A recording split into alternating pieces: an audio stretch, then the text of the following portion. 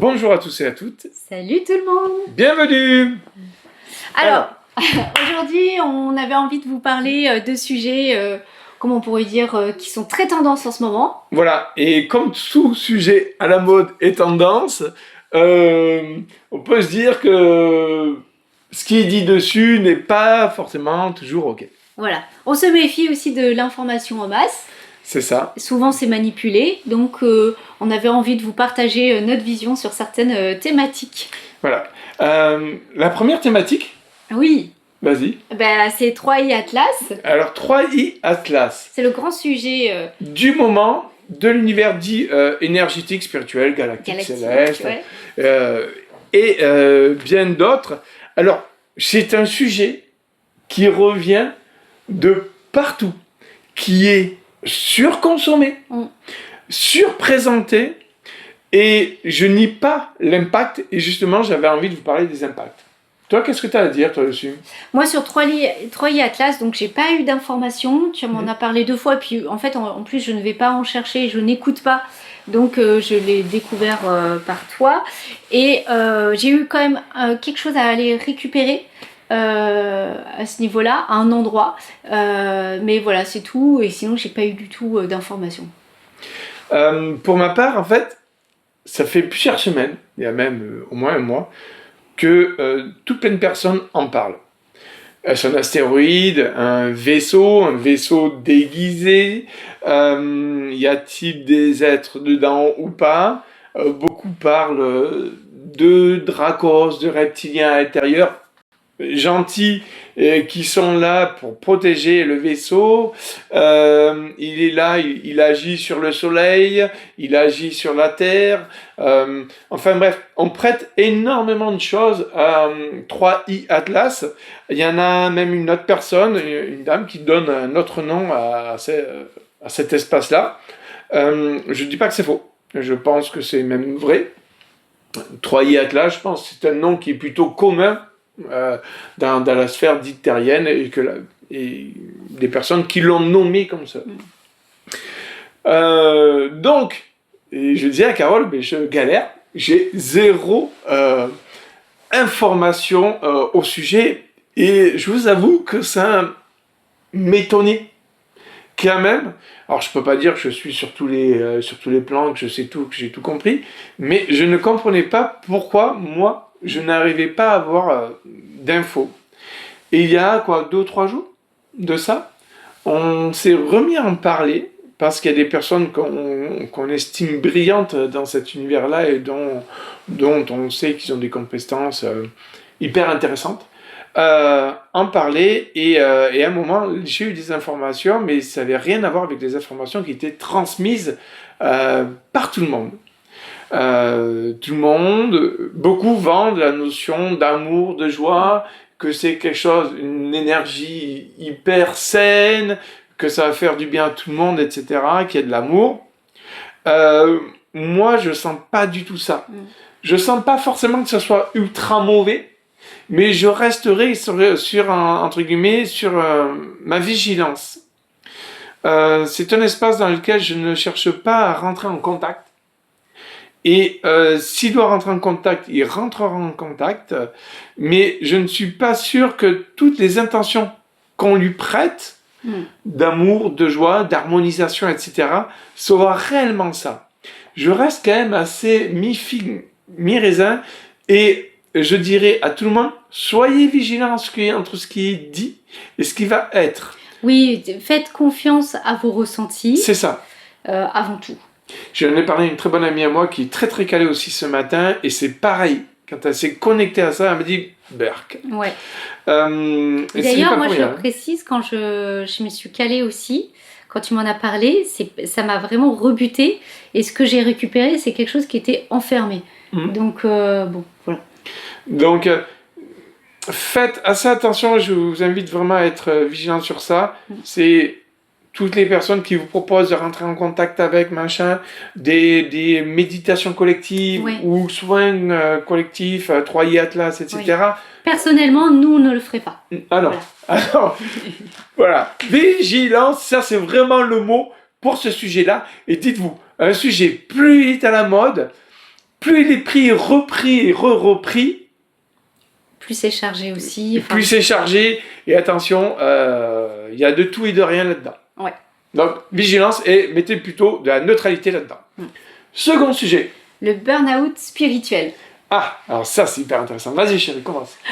Bon, nous, on observe beaucoup la spiritualité évoluer et tout ça, ça pourrait faire un vrai sujet. Là, on vous donne vraiment des petits points comme ça avec nos avis déjà.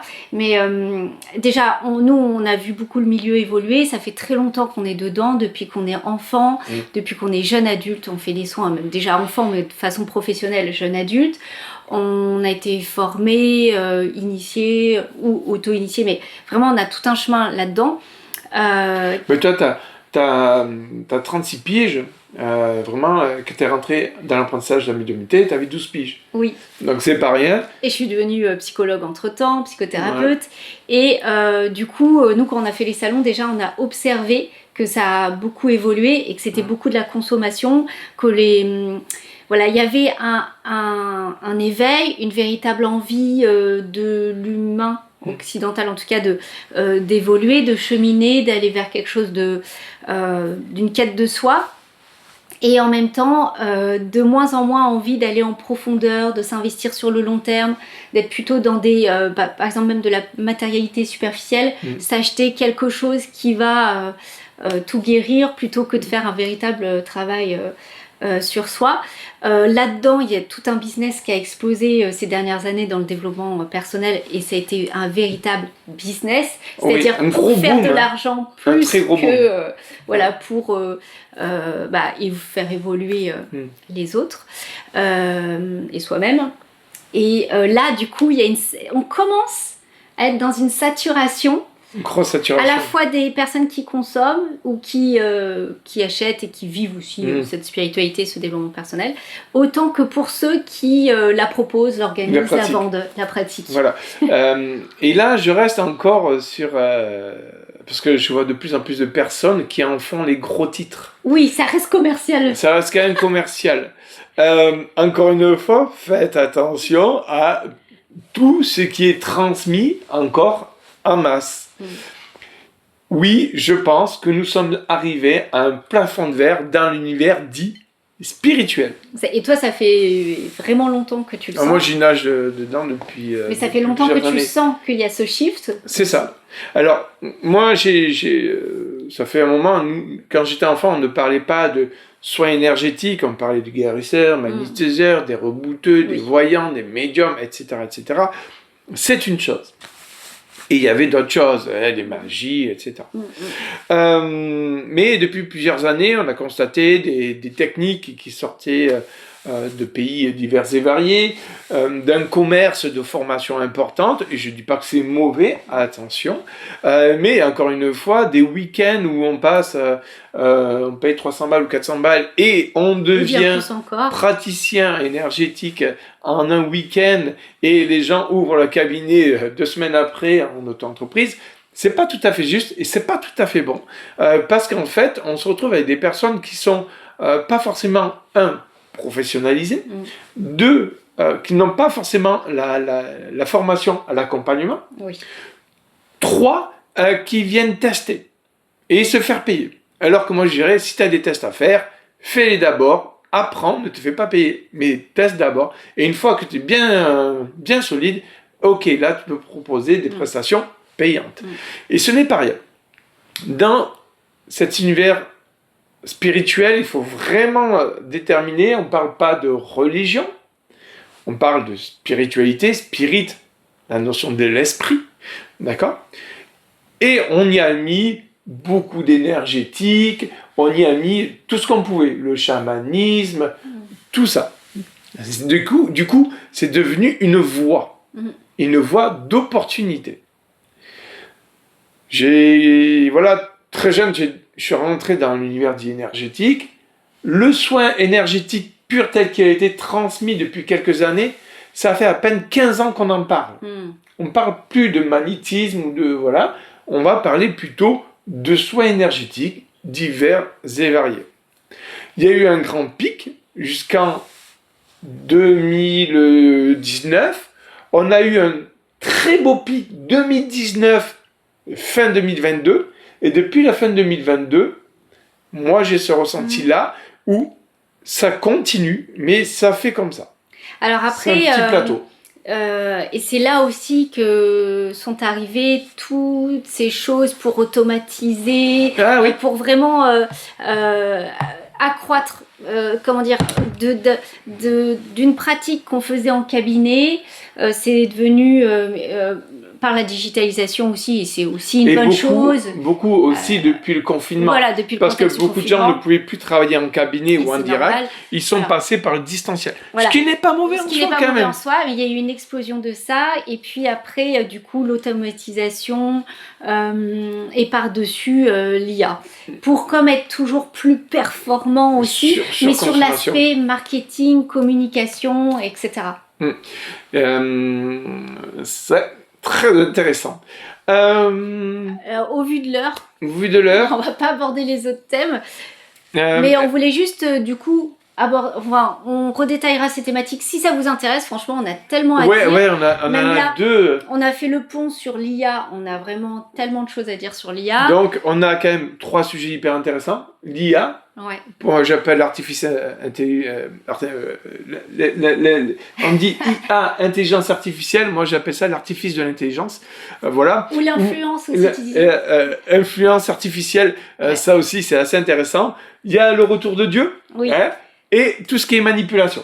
Oui, qui s'accroît aussi, et d'ailleurs c'est un peu en lien avec ce qu'on disait, parce que plus là les business cherchent à maintenir leur chiffre d'affaires, alors que en fait il y a un ras-le-bol aussi des personnes qui ont investi aussi de l'argent, du temps, de l'énergie auprès de professionnels et qui ont été déçus. Du coup il y a comme un cran au-dessus qui se fait dans certaines professionnels qui prennent ce tournant et qui vont encore accroître leur technique de manipulation et pour maintenir leur chiffre d'affaires et avoir leurs clients, quoi. Et on sent que vraiment là on est sur le plafond de verre, vraiment, et on le voit de plus en plus. Qui va craquer et on ne pourra plus faire pareil, et tant mieux. Ça Combien de personnes nous contactent qui sont dans les soins, les accompagnements, etc., qui actuellement se rongent les ongles, Par rapport à quoi? Par rapport à l'activité qu'ils ont d'accompagnement ou de guérisseurs, de magnétiseurs, etc., des soins énergétiques. Oui, alors après, il y a quand même, pour moi, il y a quand même toujours du monde qui s'éveille et il y a toujours des personnes qui veulent L'éveil, c'est une chose. Qui veulent travailler sur elles. Je pense qu'il y a toujours du monde qui est prêt à investir et s'investir dans le développement personnel et la spiritualité, mais ça va prendre des formes différentes. Et après, je dirais qu'ils sont peut-être challengés sur d'autres aspects aussi. C'est pas après, moi je te parle de gens, ça fait des années qui sont... Oui, tu parles pas de ceux qui se lancent maintenant. Oui. Je parle de gens qui sont depuis des années là-dedans, moi j'en connais plusieurs, ça fait 20 ans, 30 ans, qui ont surfé vraiment sur quelque chose, sur une mode ou sur des choses comme ça, ils ont trop tiré dessus. Oui. Et en fait, s'ils sont pas d'équerre carré, si on n'est pas d'équerre carré professionnel, ça se casse la gueule en ce moment. Et là, on le voit. Et parce que nous, on a toujours beaucoup de monde. Et parce qu'on est recommandé. Parce que il y a ce truc des bonnes pratiques qui fait que le travail est fait. Ça veut pas dire qu'on est parfait, mais en tout cas... Non, on n'est pas parfait, on reste humain. Mais voilà, c'est une période qui est très intéressante, en tout cas, à surfer en tant que nous, en tant que personnes qui continuons à se développer personnellement et à investir aussi auprès de professionnels.